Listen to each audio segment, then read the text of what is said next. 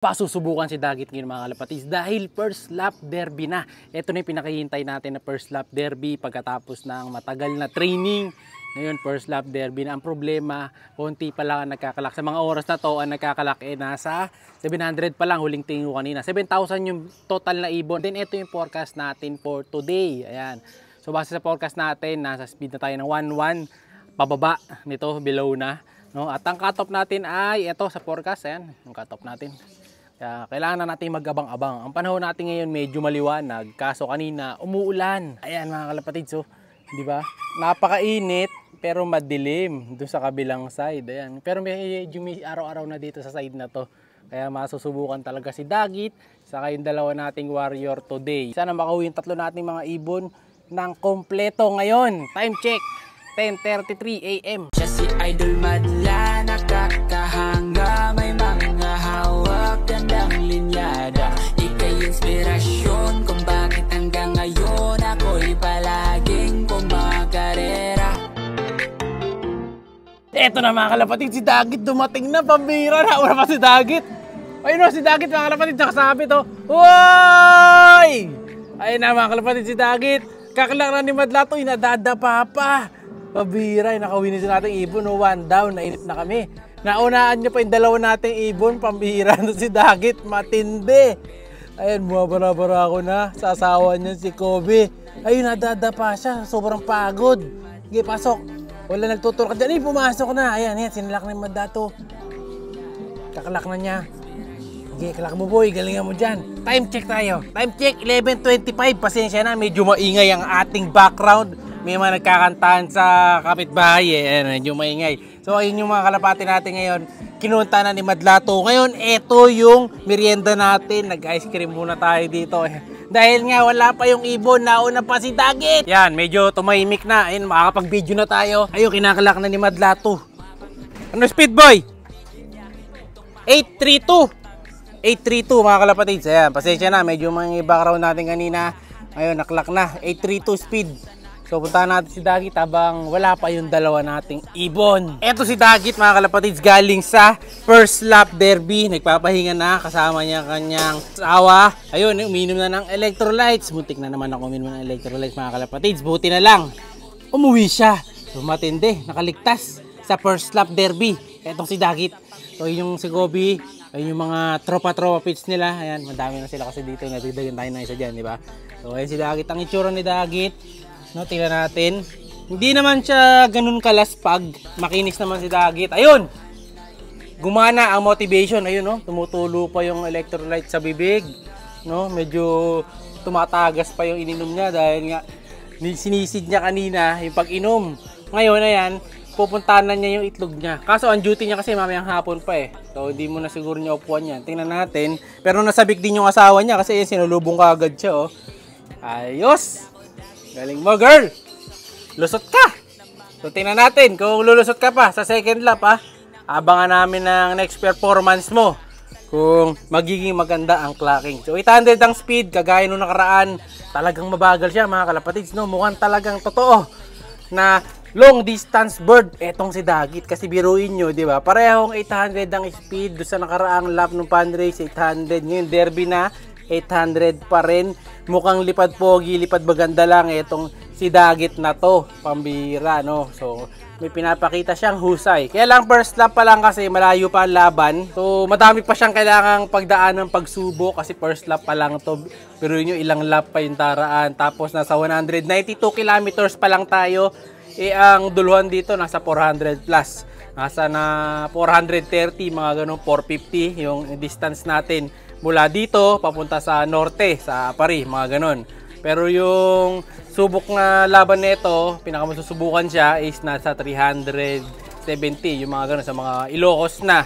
Doon matetesting siya. Pero masaya tayo, nakalusot si Dagit. Ayan, sa mga musta kay Dagit dyan, clock siya, galing.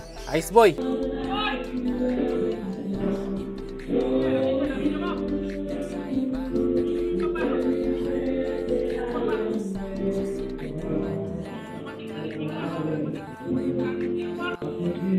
Ayun, dumating na rin bigla mga kalapatid. Sumunod kagad. 0-4? Ha? 04. Akit tayo. Kakala natin. So, bali, meron na tayong 2 birds. Ayan. So, medyo nasisigaw tayo. Pasensya. Medyo maingay dito sa background. Sara muna natin yung pinto para mabawasan yung sounds. Ayan.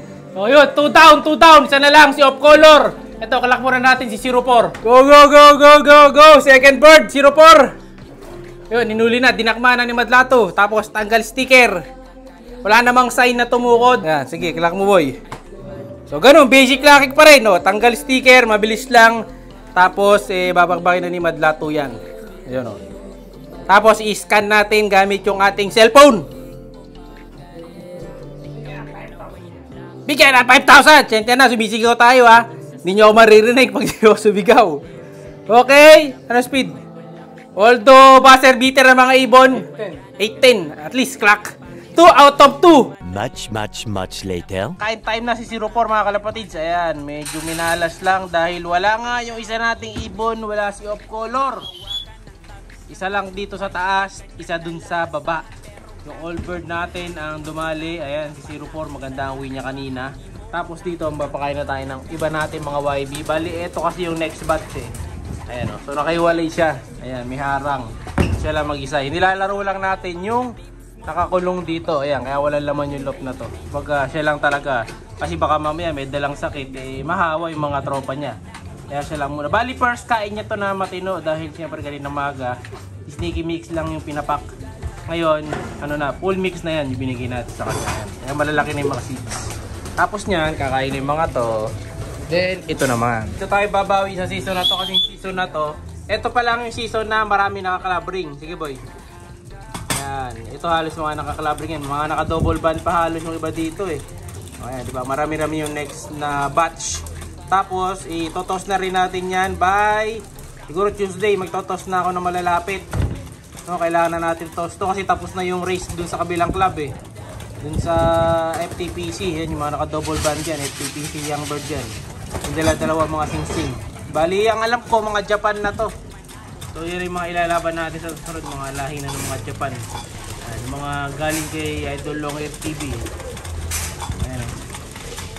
Kain lang kayo dyan. Medyo mailap pa yung iba kaya inataas yung iba. Ayaw kumain.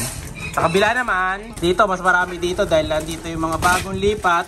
Saka yung mga hindi pa panlaban sa susunod na batch. Ayan, ang dami yan mga kalapatid. Kain lang sila. Dahil lang kayo ng maigi dyan. Magpalakas kayo dahil yan ang ibabawi natin sa next na laban. Punta naman natin si Dagit kasi kakain na rin siya. Siyempre, yung ating first dropper kakain na din si Dagit. Ang galing talaga ni Dagit, no? Hindi natin Dagit na to. Nauna pa dumating eh. Sige, kain ka lang dyan. Yan. Sige, kain. Yun. Yan. Sarap naman ang kain nila dito. Mabubusog na siya. Ipapakabusog natin siya today para makabawi. Para makarecover. No? Para sa next lap. Sulit naman yung pag-toss natin sa kanya ng halos hapon na nung Friday. Kasi kita mo, nakauwi, di ba? Diba? Effective naman. Ngayon, dito naman tayo sa kabila. Ito, kakain na rin yung mga flyer dito. Tapos bukas, magte-tape tayo dito. Ilang pieces yung tape dyan, boy? Mga 5 pieces or 4 na piraso ang tape natin bukas dito. Kasi iba dito na tandaan eh. Then when yung nag-uulan, hindi tayo nakapag tape training. Saka umalis kasi tayo palagi.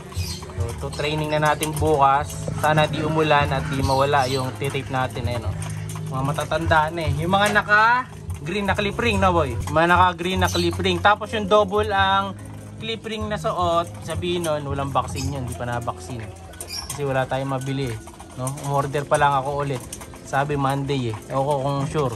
So ayan, kumpleto ang ibon dito. Nabawasan lang tayo sa taas ng isa. Sino to? Ito na, kay Kobe. Ito na pala yung Kobe eh. Si Kobe Kingston. Ito na yung anak niya na si Koba. Malaki na. So malas. Naimbutan tayo ng isa. Nabawasan tayo ng isa sa first lap. Sana makabawi. Sana makauwi pa. Tingin ko uwi pa yung mamaya eh. Bye! Siya'y kalapatistang napakagaling na kinakilala.